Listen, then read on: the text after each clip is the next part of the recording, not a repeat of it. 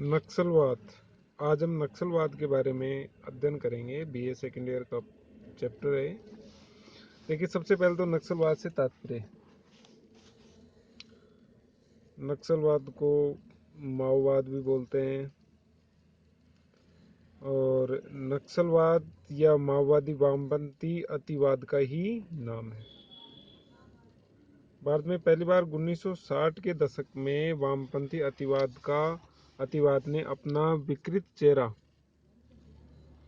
नक्सलवादी में दिखाया, जिसका नाम बदलकर नक्सलवाद पड़ा। ये पश्चिम बंगाल के गांव के जंगल के कुप्रबंधन के कारण पिछले 45 वर्षों में नक्सलवाद भारत के 7000 गांवों में फैल गया।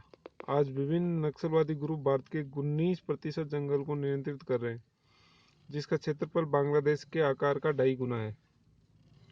नक्सलवाद नक्सलवाड़ी शब्द से बना है। ये नाम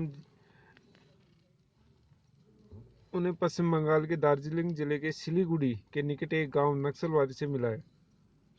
ये स्थान नेपाल से 4 मील, बांग्लादेश से 14 मील, सिक्किम से 30 मील और तिब्बत से 80 मील दूर स्थित है। यानी 256 वर्ग मील भूमि में फैले नक्सलवादी खारीवाड़ी और फांसी देवा 3 स्थान प्रमुख महत्व रखते हैं। ये क्षेत्र 1967 में साम्यवाद प्रभावित किसान सभा के भूमि संबंधी विद्रोह के कारण चर्चित हो गए थे। नक्सलवाड़ी गांव में 2 मार्च 1967 को एक स्थानीय जमींदार के सशस्त्र गुंडों ने बिगुल नामक किसान को बेरहमी से पीटा। उसके दूसरे दिन किसान आंदोलनकारियों ने जमीन के एक बड़े भूखंड को लाल झंडों से घेरकर खुदाई शुरू कर दी। पुलिस ने दमनात्मक कार्रवाई शुरू की। 23 मई को किसानों ने एक इंस्पेक्टर की हत्या कर दी। बदले में पुलिस ने 9 महिलाओं और एक बच्चे को मार गिराया। जमींदारों की गर्दनें काटकर पेड़ों पर लटकाने की खबर आने लगी। विद्रोहियों ने सरकारी दफ्तरों में रखे जमीन के कागजात जला दिए। जमींदारों सताए गए भूमिहीन और जाति प्रथा के शिकार लोग आंदोलन में कूद पड़े और आंदोलन भड़क उठा। इस प्रकार खूनी संघर्ष का प्रारंभ हो चुका था, जो आज भी जारी है।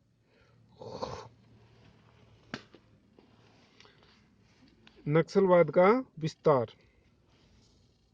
चारू मजुमदार, कानू सन्याल, मुजरिब रहमान के नेतृत्व में शुरू हुए इस आंदोलन के भू अपहरण, पशुओं को काट लेना, हिंसा, आतंक, आगजनी, लूटमार, गोली मारने की घटनाओं के कारण कानून व्यवस्था पूर्णतः समाप्त हो गई है। पुलिस प्रशासन कार्य करने में असमर्थ हो गया। अव्यवस्था और भ्रम की स्थिति ने स्थानीय विद्रोही किसानों को प्रोत्साहित किया और वे समानांतर सरकार स्थापित करने की स्थिति में पहुंच गए।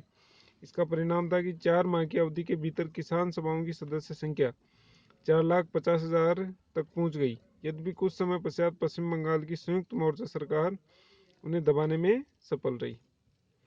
सन 1964 में भारतीय कम्युनिस्ट पार्टी से अलग हुए दड़े ने सीपीआई मार्क्सवादी लेनिनवादी का गठन किया और इन लोगों ने ही नक्सली आंदोलन की नींव रखी।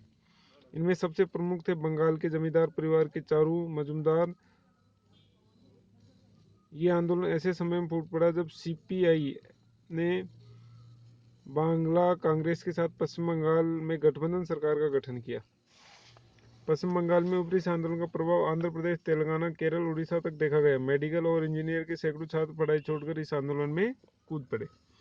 1 मई 1969 को कलकत्ता में CPI communist party of India की विशाल रैली का आयोजन किया गया और कानू सन्याल ने पार्टी की घोषणा पत्र जारी किया। पश्चिम बंगाल के बाद केरल में नक्सलवादी गतिविधियां शुरू हुई। क्रांतिकारियों ने मालाबार क्षेत्र को लघु अल्बानिया बनाने का निश्चय करके बानेर जिले का भीतरी प्रदेश आतंकवादी गतिविधियों के लिए आधार के रूप में चुना। पालघाट जिले के जंगलों में उग्रवादी कम्युनिस्टों को गोरिल्ला युद्ध का प्रशिक्षण दिया गया। उग्रवादियों का पुलिस स्टेशन से शस्त्रागार प्राप्त करने, हिंसात्मक कार्यों के द्वारा भय का वातावरण पैदा करना प्रमुख उद्देश्य रहा। आंध्र प्रदेश में नक्सली आंदोलन नालगोंडा, खम और काकुलम के उन भागों में फैला है जो कि 48 से 50 में तेलंगाना क्रांति की घटना स्थल थे। ये काकुलम नक्सली गतिविधियों का प्रमुख केंद्र बना। यहाँ पर आंदोलनकारियों ने कोशिकाएं निर्मित कर अपना कार्य शुरू किया। अपनी गतिविधियों का विस्तार करके पुलिस को अस्त व्यस्त और अप्रभावी किया जाने लगा। बिहार के चंपारण, पूर्णिया, मुजफ्फरपुर, सहरसा, मुंगेर और संथाल परगना जिलों में भी नक्सलियों ने आतंक का साम्राज्य कायम किया। तो इस प्रकार ये पूरे भारत में फैल गया। अब है नक्सलियों के प्रभाव क्षेत्र। जमींदारों के विरुद्ध प्रारंभ हुआ यह आंदोलन आज सीधे सत्ता के खिलाफ हो गया। नक्सलवादी गतिविधियों के क्षेत्र आंध्र प्रदेश, तेलंगाना, बिहार, उड़ीसा, छत्तीसगढ़, झारखंड, मध्य प्रदेश, महाराष्ट्र, उत्तर प्रदेश, पश्चिम बंगाल, तमिलनाडु, उत्तराखंड, केरल, कर्नाटक राज्य आ चुके।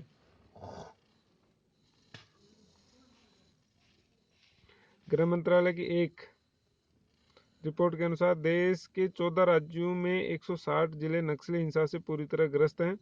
17 जिले आंदोलन से प्रभावित हैं। 32 जिलों में नक्सलियों का आंशिक असर है और 21 अन्य जिले नक्सलियों के निशाने पर हैं। छत्तीसगढ़ के बस्तर में लगभग इन्होंने समानांतर सरकार चला रखी है। तो इसका विस्तार पूरे भारत में होगा। इसको बोलते हैं रेड जोन क्षेत्र।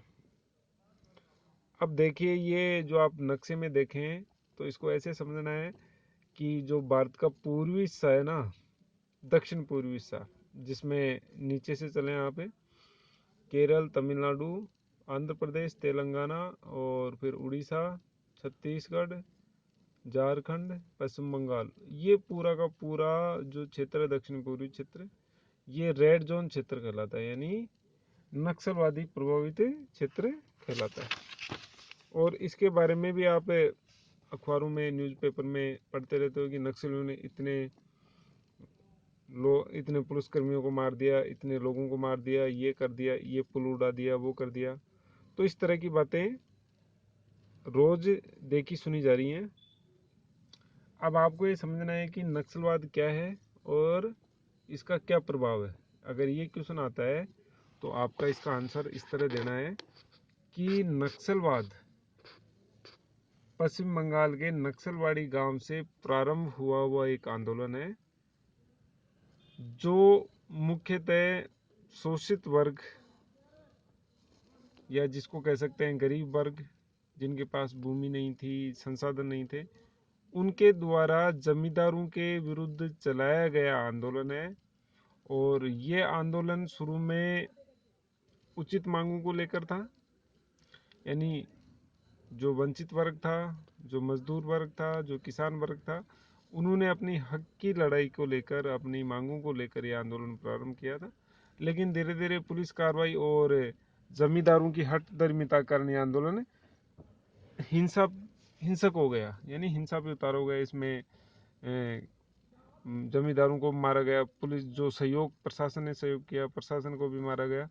तो इस कारण यह आंदोलन हिंसक आंदोलन में बदल गया। हालांकि शुरू में इसके उद्देश्य बहुत अच्छे थे। शुरू में इसके उद्देश्य थे कि शांतिपूर्ण तरीके से और जो वंचित वर्ग है उसको अपना हक मिले। लेकिन बाद में आंदोलन क्रांतिकारी हो गया, हिंसा पर आधारित हो गया, जो न केवल जान माल की हानि बल्कि देश की अर्थव्यवस्था को भी नुकसान पहुंचा रहा है। अब ये प्रश्न उठता है कि इसका समाधान कैसे किया जाए। तो इसका समाधान ये किया जा सकता है कि एक तरफ तो आप जो वंचित वर्ग है उसको सुविधाएं प्रदान करें, उसको अपना हक मिले, और दूसरी तरफ जो लोग इस आंदोलन के माध्यम से समाज की मुख्य धारा से हट गए हैं उनको समाज की मुख्य धारा में लाया जाए, उनको रोजगार दिया जाए और उनको उनका हक देकर इस आंदोलन को कम किया जा सकता है। तो ये नक्सलवाद हो गया।